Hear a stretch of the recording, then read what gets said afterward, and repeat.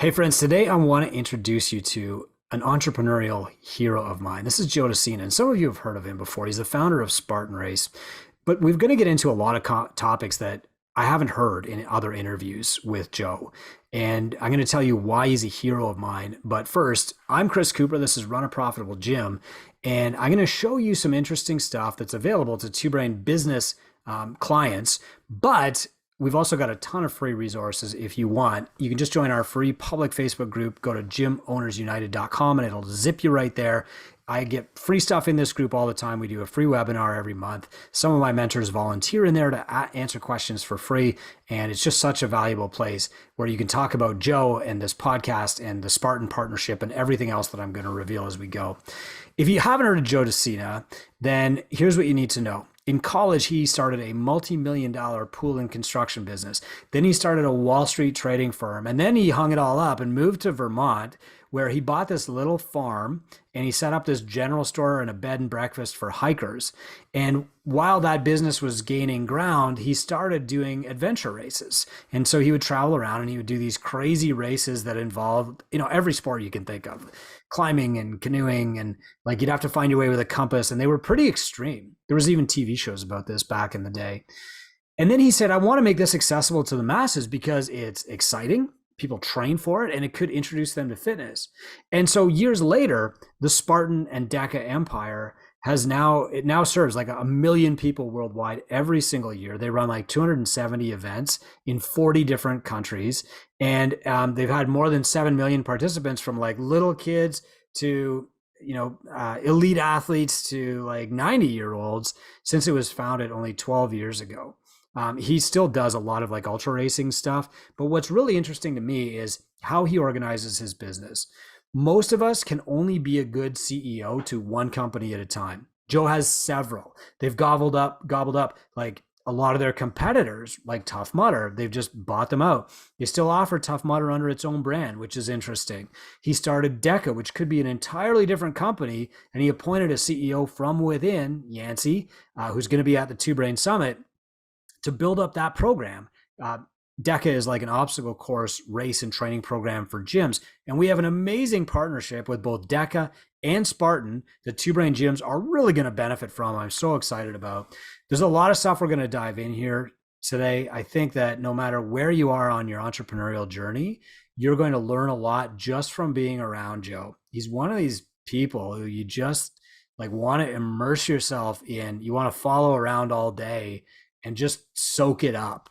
But without further ado, I hope you're going to get a lot from this episode. I sure did.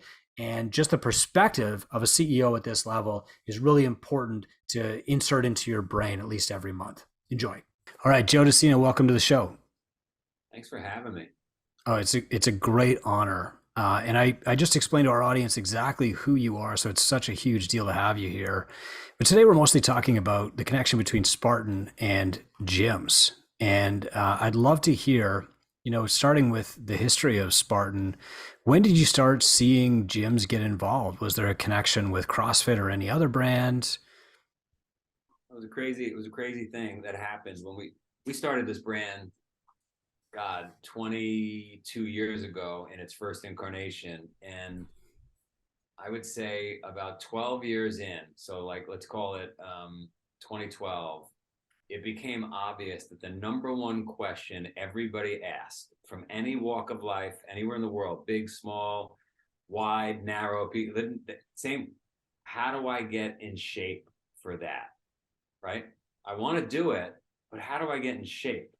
And so it became obvious that we were a feeder for gyms, right? Gym memberships would go up whenever we announced a race in a particular market. So very early on, we noticed that it became a natural partnership opportunity with gyms all over the world. And in reverse as well, right? Because then those gyms needed a way to keep the members retained. And one of the ways gyms did that all over the world was say, hey, we're going to train for this thing together for 5 months and go do this Spartan race. And we're going to build a bond amongst our members and our trainers that's unbreakable. And that's what would happen. Yeah, I literally saw that happen at my gym too, where a dozen people drove about 8 hours to do a Spartan race, and they're all still at my gym. It's amazing. Do you formally try to attract gyms then now? The only formal thing we ever did was, well, we did lots of little tactical things, right? We've had folks like Ben, who's on the call here, run around and visit 50 gyms a day in our markets and knock on doors and hand out cards and just say, hey, just so you know, we're coming to town. Big opportunity for you to retain customers and get new customers. We've certainly had partnerships with the big gym brands all over the world. But during the pandemic, I think we were most formal where we said, listen, gyms are suffering as much as we are. Why don't we give race entries to all the gyms, have them use these race entries as a way to kind of reinvigorate their customer base. So I don't know how many millions of dollars of tickets we gave away, but it was good for them and it was good for us. So Ben, in the early days, I'll let you field this one then. You're knocking on doors. What kind of gyms are you looking for that are most likely to participate in Spartan?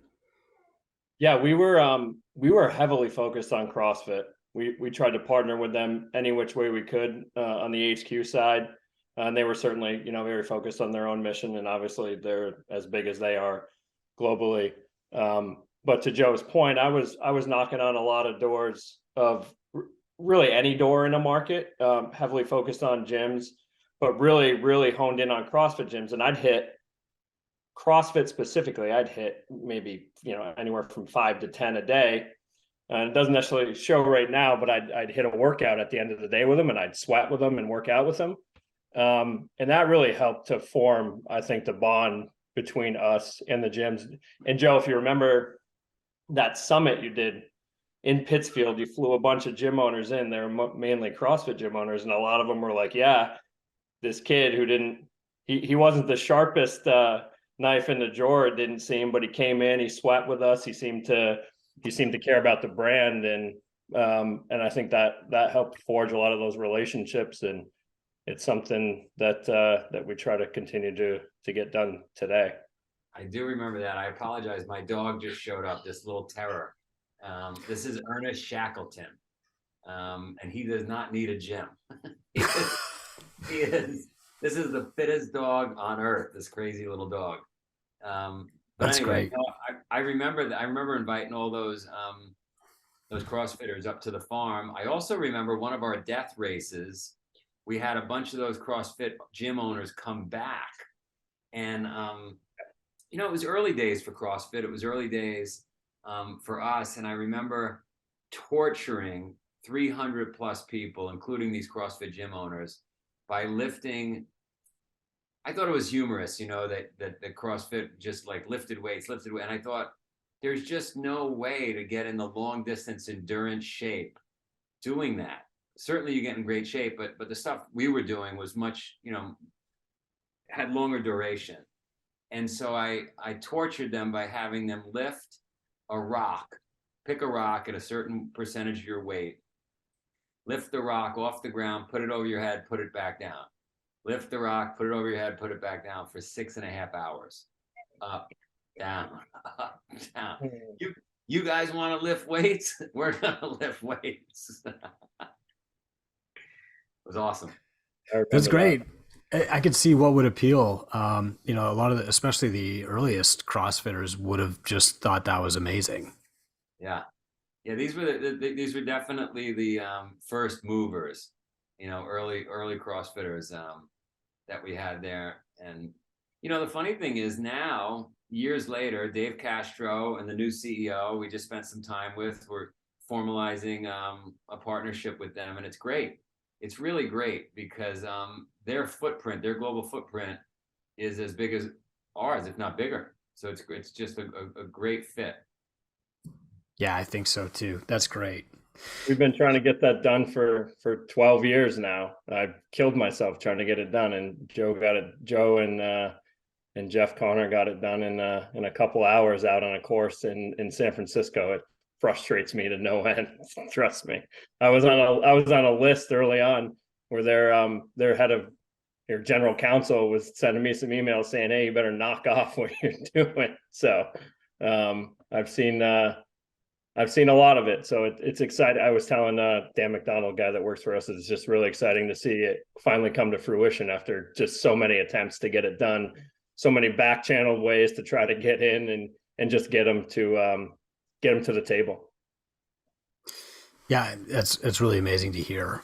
Joe, you said that sometimes people would look for a gym and then they would, figure out how do I train for Spartan, and that's what would lead them to the gym in the first place.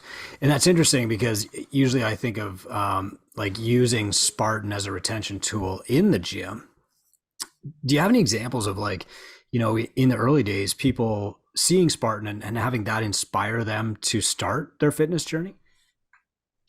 No doubt about it. I mean, we've had 10 million people do one of our races somewhere in the world. And when you talk to folks, like I said, the number one question is, how do I train for this? But most of them are just off the couch. This is their introduction to, let's call it the wilderness, right? Like just getting outside and doing something wild. And it is that pivotal moment. I don't think life can change for an individual without going through a really tough, challenging, heated, moment, and that's what we provide. And all of a sudden, you start hearing, "Hey, I lost 60 pounds. I'm back with my husband. I'm back with my wife. I gave up drinking. I gave up alcohol. I didn't kill myself.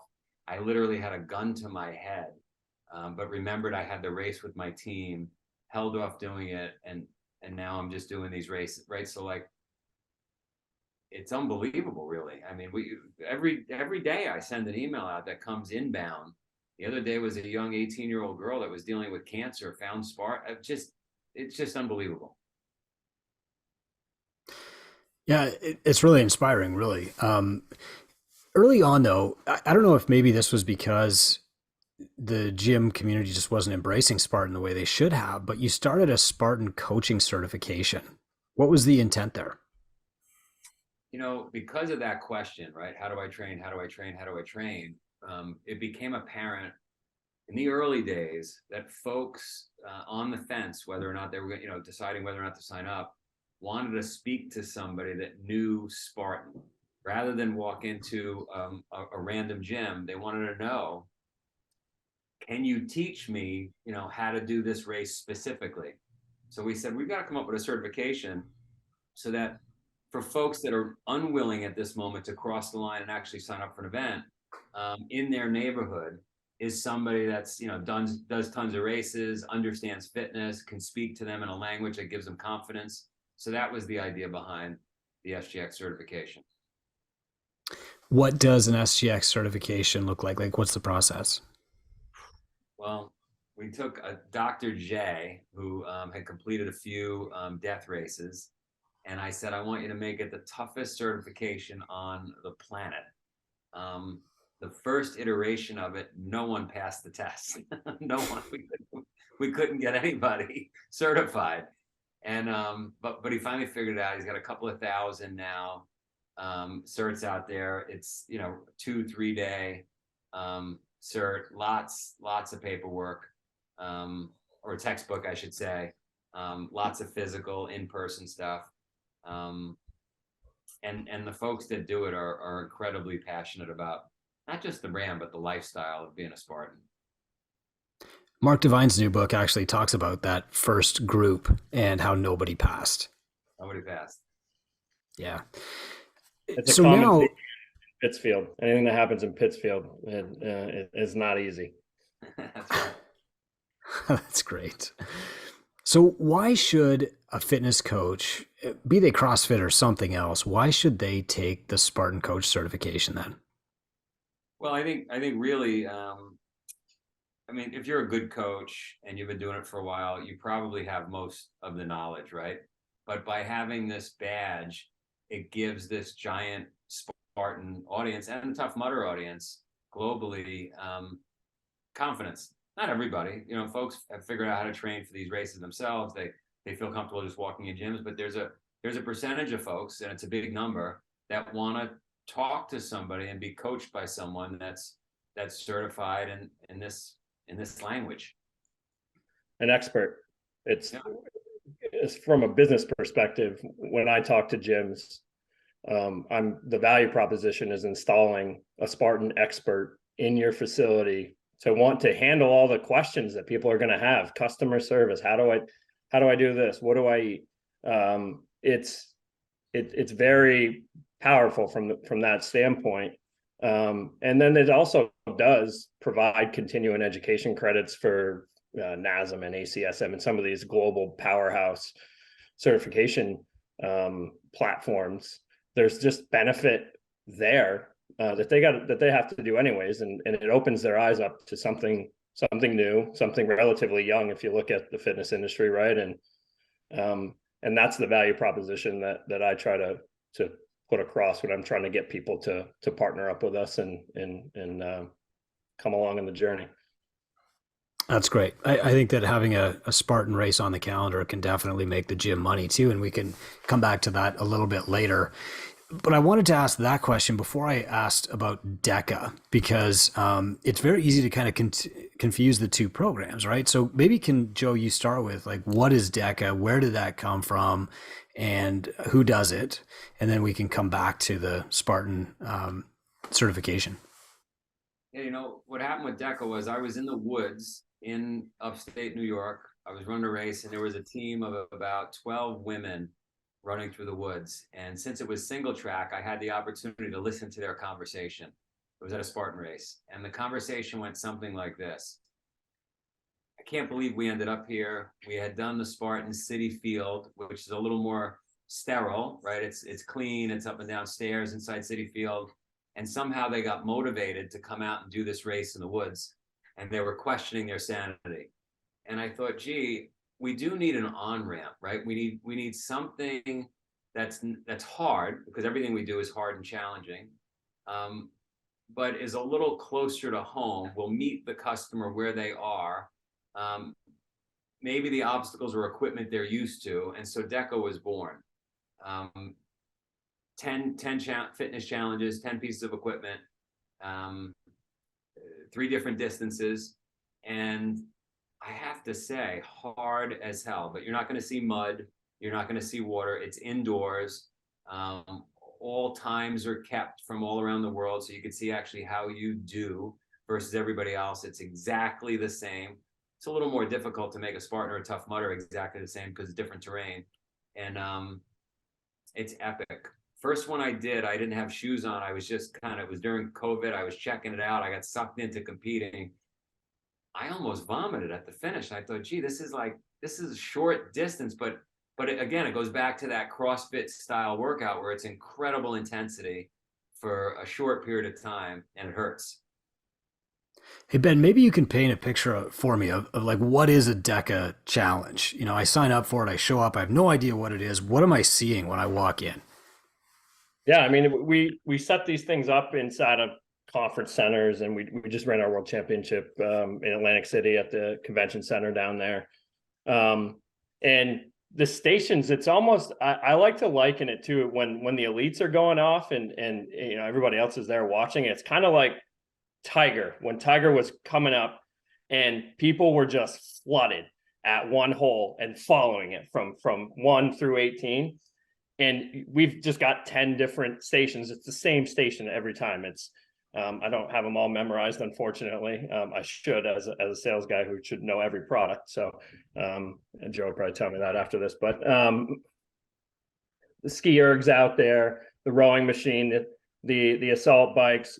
We've got this thing called a tank that literally looks like a tank that you push and pull and push and pull. They're the same every single time. It doesn't change. You do an exercise, you run, you do an exercise, you run, you do an exercise, you run. The running totals a 5K. In the DECA Fit product, in the Mile product, the running totals a mile, and in the DECA Strong, you don't run at all. It's just how quickly can you motor from station 1 through station 10. But it's just a very linear progression from 1 to 2 to 3 to 4 all the way through 10. Epic finishing experience. The energy inside is amazing. We've got a world-class MC that's been with us for a long time, named Jeff Barton. And he just brings so much energy inside, and with the music pumping and everything going at once. And it's, again, the four walls and the roof really helps it. Spartan Race, the sound like tends to dissipate everywhere, right? This is just super high energy. It's built for TV. You could run this thing on ESPN with 500 people in the building, just because, like I said, the nature of the tiger effect from one place to the other. It's just super high energy. So what is the difference between the DECA Challenge and the DECA Mile? Joe, maybe you want to field that one. Well, so no, DECA Strong, and not DECA Challenge. DECA Strong, right, is just no running at all. DECA Mile, you're running in between each one of those stations. So that's the difference. If you could envision a running track around the outside and on the inside, these 10 stations, every time you complete a station, you go run, 1 or 2 loops, come back in, complete the second station, run 1 or 2 loops, come back in. So you want to basically vomit the entire time, which is awesome. It's great. So just an hour before we hopped on here, literally, our clients are gym owners worldwide, and they were sharing their annual plans. And one of them shared their picture of their annual plan, and they've got DECA Mile, and they were calling it DECA Challenge. And there's a different DECA Strong, but they're doing one of these at least every second month, if not every month in a lot of months. I think How often? Yeah, Good. I think we're going to host, don't quote me, I think we might have 600 of them taking place next year. 600 of these competitions, and growing. That's without new clients coming on, right? Like we're continually going after new affiliates to take a hold of this thing. So But it is, look, at the end of the day, I think let's go up 100,000 feet. Businesses, parents, kids, none of us drive towards our maximum potential unless we have something on the calendar. So we could go in the gym each and every day and go through the motions. I went through the motions this morning. I can't say I gave it 1,000% because I went off into a corner and was doing it by myself.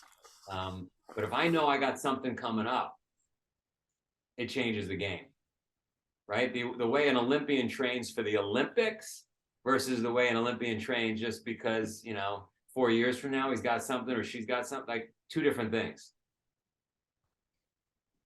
It's interesting to me that something as challenging, even from the outside, as Spartan is so inspiring that it would make people sign up, go to a gym, start training so that they can do Spartan. What happens to them when the race is over?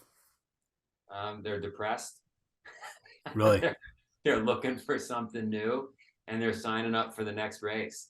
We purposely designed our medals in such a way where they're chopped in thirds, and it's magnetic, so you're quickly looking for the other third. And the reason we did that was I raced for so many years. My mother introduced me to these crazy races back in the late 70s. I raced for so many years, and I found that during the race, you wanted to take up ping pong and never do this again, and it was terrible. And as soon as you crossed the finish line, you were looking for the next event. And the science behind that is the brain releases just enough chemicals at that finish line so that it's got another couple of drips of chemicals before you go to the next start line. It gives you a little taste before you get to the next start, right? So they call it future memory. It's not only do you get it at the finish line, but you get it before the next start line. So you become addicted to this torture. And I say it in a funny way, right? But the reality is we need that good addiction. We are designed, our species is designed to avoid discomfort, right? We pay for gym memberships and we don't show up. And the reason is because our brains require so much energy to operate. Our brains subversively, subconsciously are telling us, don't do that. Don't go to the gym. Don't work. Don't do anything hard, right? We don't want to push our boundaries. But when you have a date on the calendar, you have no choice. I saw that John Rady was on your podcast a couple of weeks ago, and he once said something to me that as humans, we need collaborative competition. How important is it to show up with a group and do Spartan versus just training and doing it on your own? it's just like I described this morning, right? Like if you're with 2 people, 3 people, 4, whatever, it makes the experience so much better. It builds relationships that are unbreakable, but it also inspires you to go 15% harder than you would have went on your own. And if you don't believe me, tomorrow morning, whoever's listening to this, do a workout by yourself, time yourself, look at your heart rate, and then the next day do it with 2 or 3 people and watch what happens. Do the same workout. You don't even have to mention anything to your friends. Everybody goes a little harder. That's really interesting. So that's from single to group. Now, Ben, I think you mentioned affiliation with DECA. How does that work for the gym? Yeah, I mean, there's a whole program around taking the concept of DECA and certainly in monetizing it. You unlock the ability to host events at the grassroots level and license the name DECA Fit and all the branding and things that come along with that. And you really attach yourself to a global fitness powerhouse in that respect. And so there's a little bit of marketing support and several other, key benefits that small business really, right, is able to attach itself to that it normally, I think, would, pay a lot of money for. And so there's certainly, equipment that is involved, like, because these things don't change. Like I said, like, you can't just put 10 random exercises out there. The DECA product is the same 10 exercises every single time. And so there's and a lot of gyms have this stuff, but there's also, certain things that, that are required from a purchase standpoint. They certainly pay for themselves, but the ability to host events and take that ticket revenue and anchor yourself onto a brand like Spartan, I think is the big sell right there. We do put on our own events like the DECA Fit. We do a world championship. There's certainly in competitive fields with age group and elite and so on and so forth. But the majority of what's going on, those 600 events Joe talked about earlier, 595 of them are happening at the grassroots level. We don't put on a full slate of events think about why that is, right? If the 3 of us owned a gym, we've got to figure out a way to get new customers and fresh blood in every single day. How do we do that? This is a tool that does it. They're up the street from us is a big place. I think it's the largest techno gym in the world, the Performance Center in Lake Nona here in Florida. They have, I think they have 10,000 members, which I can't even believe that. No, it's unbelievable. Wow. But they felt they needed DECA as another way to bring people in to make noise, and it works. I think it would be at this point it's pretty evident that if Yancey was in my place, that the whole world would know every last detail of DECA right now, because that guy lives and breathes it, and his energy is unbelievable. And I think in the future it might be worth it just to have him on just to talk about it, Sure. right? For a full episode of DECA, no doubt about it. So is this like a more deliberate evolution of what you saw in the early days where Spartan was bringing people to gyms, and now this is more like the next evolution? Definitely the next evolution. This is definitely more of a targeted approach. But any one of our events does it. They're big group events. It's not uncommon to see 50 or 60 people at a Spartan race or a DECA together, a bunch of friends and extended friends, or a Tough Mudder. And don't forget, those people post photos, they make noise on social media. If they're going to a specific gym, it kind of creates virality in that community. So every product we have as a gym driver, DECA is a much more targeted approach. Okay. So Joe, the big picture question here is like, where's this all going? What's the impact that you're trying to have, and what are the next steps? Well, the big one is I want to change 100 million lives. I want to get more people fit, happy, married, you name it, off drugs, not killing themselves, right? Like, get them through those tough challenges. They might be facing cancer, whatever it may be, God forbid. That's the overarching mission of the company. From a business perspective, I want us to be all things hard. The same way Louis Vuitton sells all things expensive, I want us to sell all things hard and challenging.